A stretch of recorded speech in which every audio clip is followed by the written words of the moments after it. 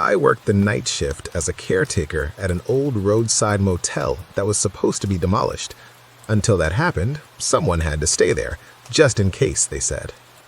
The motel sat miles away from the nearest town. 12 rooms, one office, one long hallway that smelled like dust and old carpet. My job was simple: keep the lights on, answer the phone if it rang, and write down anything unusual in the logbook. Most nights, the logbook stayed empty. My shift started at 10 p.m. At exactly 1 a.m., the office phone rang. That alone was strange. The motel hadn't had guests in over a year. I answered. "Front desk?" No voice. Just a faint static sound and something else. A dragging noise, like shoes scraping across concrete. "Hello?" I said. The sound stopped. Then a man spoke, quietly. "I'm in room 6. I frowned and opened the registry. Room 6 was empty. All rooms were. "There's no one checked in," I said. "Are you sure you're at the right motel?" "Yes," he said. "I checked in earlier." I looked down at the logbook. There were no new entries. "What name is the room under?" I asked. A pause. "You didn't write it yet." My pen froze above the page. "I always write it," I said. Another pause. "Not this one." The line went dead. I stared at the phone for a long moment, then wrote in the logbook anyway. 1 a.m. Call from room 6. Possible prank. At 1:17 a.m., I heard footsteps in the hallway. Slow. Uneven. I leaned out of the office. The hallway lights were on, but the carpet was empty. Still, the footsteps continued. Getting closer. I went back inside and locked the office door. At 1:22 a.m., the phone rang again. Same line. I answered with shaking hands. "Front desk?" The whisper came, "Why did you write that?" My throat went dry. "Write what?" "That I'm a prank." "I didn't." I stopped. He was right. "I'm standing outside the office now," he said. "I don't hear you," I said. "That's because you're listening wrong." There was a soft knock on the office door. One knock, then another. I didn't move. "You forgot something in the logbook," the man said. "What?" I asked. "You forgot to write what time I arrived." The lights flickered. The hallway went dark. The knocking stopped. Silence. I waited until morning before unlocking the door. When daylight came, I walked the motel. Room 6 was still locked, but inside the office, the logbook was open. A new line had been added, written in handwriting identical to mine. 12:58 a.m. Checked in. 1 occupant. Still here. I quit that day. The motel was demolished 3 weeks later. But sometimes, when I wake up at night, I swear I hear a pen scratching on paper. And I know someone is still updating the logbook. I worked nights at a small water treatment facility just outside the city. It wasn't completely remote, but close enough. No houses nearby, no streetlights, just fences, pipes, and the constant sound of water moving underground. My shift was from midnight to 6 a.m. 1 operator, 1 control room, 1 backup generator in case the power went out. Most nights were routine. Check pressure levels, log chemical readings, walk the perimeter once an hour. At 2:36 a.m., the power cut out. That part didn't scare me. Storms cause outages all the time. What scared me was that the backup generator didn't kick in. The room went dead quiet. No hum, no lights, no screens. Just darkness and the sound of water flowing somewhere deep below the floor. I grabbed my flashlight and radio and headed for the generator building. As soon as I stepped outside, my radio clicked on by itself. "You shouldn't be here." I froze. Hello?" I said. "Who's on this channel?" Static. Then the same voice again, calm, familiar. It's already on. What is? I asked. The generator. I stopped walking. That's impossible, I said. I'm headed there right now. A pause. Then who turned it on earlier? My stomach tightened. Earlier when? I asked. An hour ago. I checked my watch.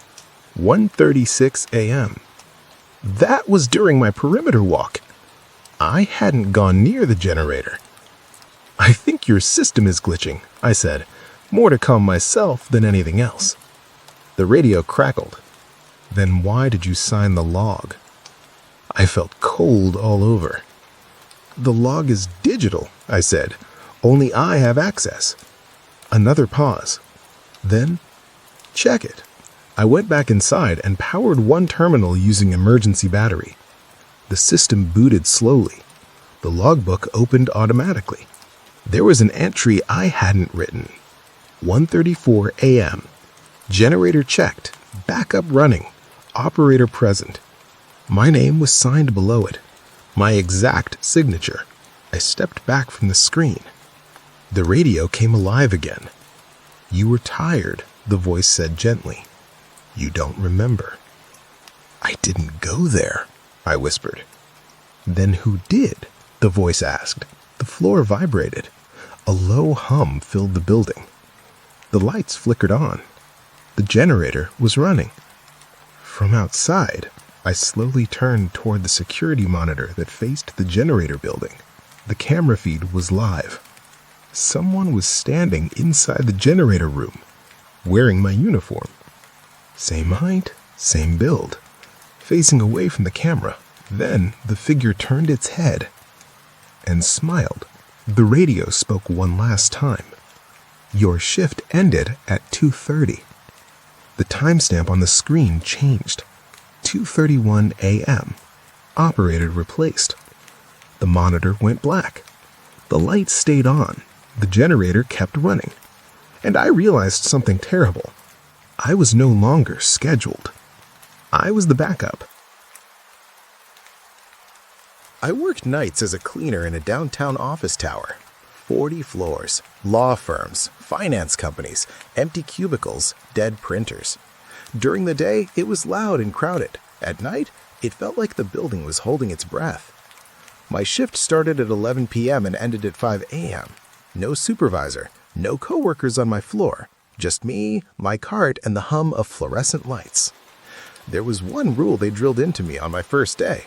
If you see someone inside the building after midnight, report it immediately. Don't approach.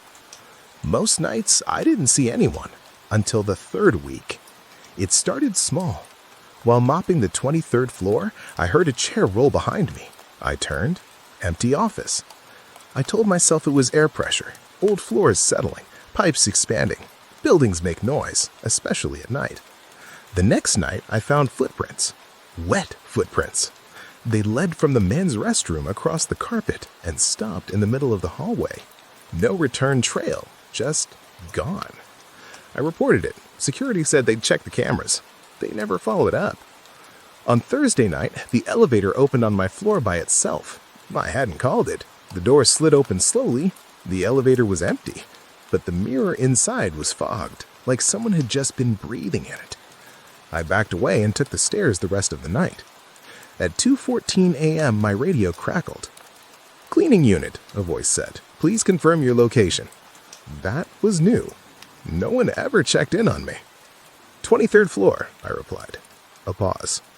"You sure?" "Yes," I said. "Why?" Another pause. Longer. "Because we already have a cleaner logged on the 23rd floor." My stomach dropped. "That's not possible," I said. "I'm the only one scheduled." Static. Then the voice came back, quieter. Then who just badged into the supply room? I looked down the hallway. The supply room door was open. The light inside flickered. I hadn't opened it. I whispered, "I'm heading to the stairs." "Don't," the radio said quickly. "Why?" "Because it's between you and the exit." Something moved inside the supply room. A shadow passed across the wall. Slow, tall. I shut my radio off and ran. Down the stairs, 20 floors without stopping. When I burst into the lobby, security was there. 2 guards, coffee cups. Calm. They looked at me like I was crazy while I tried to explain. One of them checked the system. No extra badge swipes, he said. No second cleaner. I demanded they check the cameras. They did. The footage showed me cleaning the 23rd floor. Then 10 minutes later, it showed me again. Same uniform, same cart, cleaning in the opposite direction. The carts went quiet. That's a reflection, one of them said weakly. But reflections don't swipe badges. They don't open doors. They don't look up at the camera and smile. I quit the next morning. They didn't argue. A month later, I ran into one of the guards at a grocery store. He looked tired, older. He told me something I still think about. They reviewed weeks of footage after I left.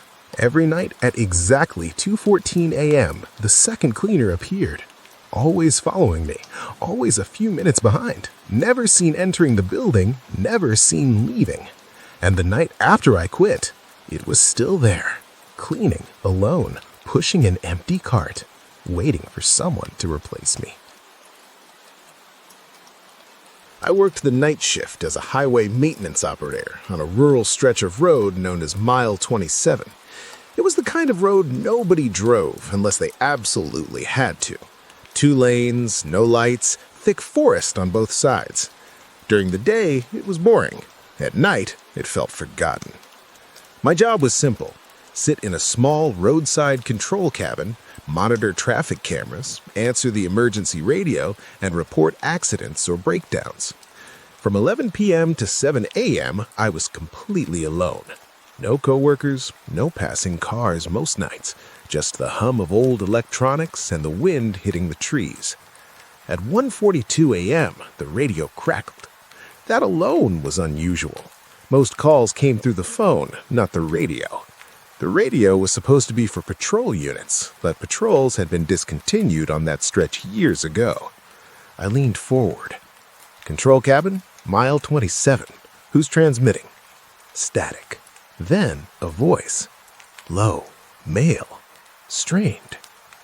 Is anyone there? Yes, I said. This is maintenance control. What's your emergency? The voice hesitated.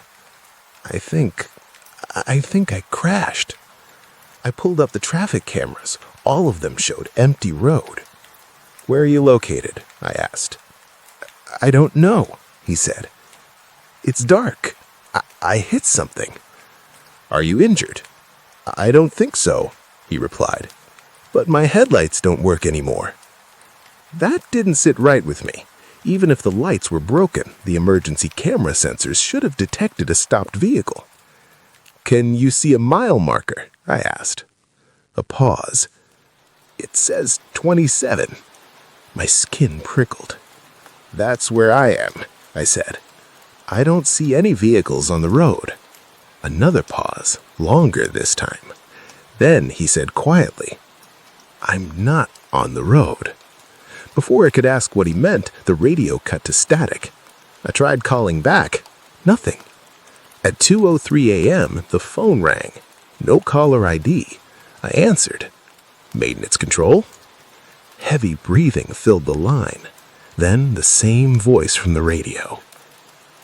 I got out of the car. I shouldn't have. Sir, I said, trying to stay calm. Where are you now? I followed the trees, he whispered. There's a building. My heart started racing. There are no buildings near Mile 27. Yes, he said. There is. A small one. With lights on. My stomach dropped, because the only building out here was my cabin. Can you see the door? I asked slowly. Yes, he said. It's locked. I glanced over my shoulder at the metal door behind me. It shouldn't be, I said.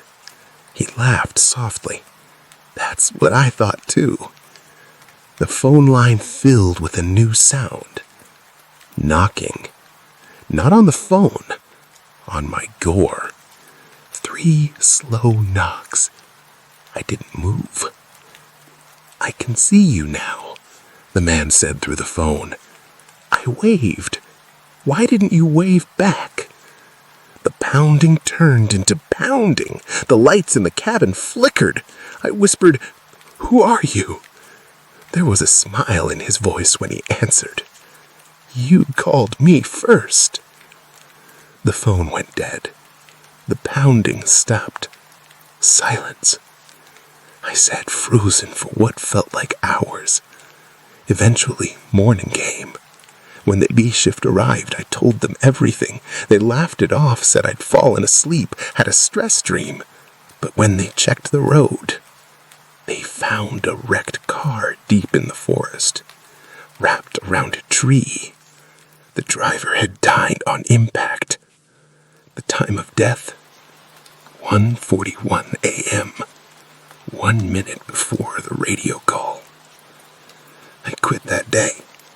They shut down Mile 27 6 months later after multiple reports of radio interference. Sometimes, though, when I drive at night and the signal cuts out, I hear the radio crackle and a familiar voice asking, "Is anyone there?" I worked night security for a closed shopping mall on the edge of town. The place had been shut down for years, stores abandoned, signs still lit but flickering, mannequins left standing like frozen people. During the day, it looked sad. At night, it felt wrong. My job was to sit in a small security room near the back entrance and watch the cameras. No patrols, no visitors, just 12 old CCTV feeds and a phone that almost never rang. My shift ran from midnight to 6 a.m. Most nights, nothing happened. Occasionally, a raccoon triggered a motion alert. Once, a stray cat slept in the food court for hours. At 3:11 a.m., camera 7 turned on by itself. That got my attention immediately. Camera 7 faced the lower-level hallway near the old movie theater, the one section that was permanently sealed off. The doors down there were welded shut after part of the ceiling collapsed years ago. No power was supposed to be running in that wing. Yet there it was. A grainy black and white image of the hallway. Empty. I leaned closer to the monitor. Great, another wiring issue. I reached for the logbook when something moved. At the far end of the hallway, just at the edge of the frame, a shape passed by. Slow, human-shaped. I froze. "Hello?" I said out loud, even though no one could hear me. The figure stepped back into view. It was a person. A man, maybe, tall, standing completely still facing the camera. I couldn't make out his face, just a dark blur where it should have been. I grabbed the phone and called the local security supervisor. Straight to voicemail. When I looked back at the screen, the man was closer. He hadn't walked. He was just nearer. My heartbeat thudded in my ears. "Okay," I whispered. "This isn't funny." Then the speakers crackled. Audio from camera 7. That camera didn't have audio, but I heard breathing. Slow, wet, like someone breathing through their mouth. I stared at the monitor, barely blinking. The man tilted his head. The breathing stopped. Then the phone on my desk rang. I jumped. Caller ID, camera 7. My hands shook as I answered. "Security desk," I said. Silence. Then a voice, low and distorted. "Why are you watching me?"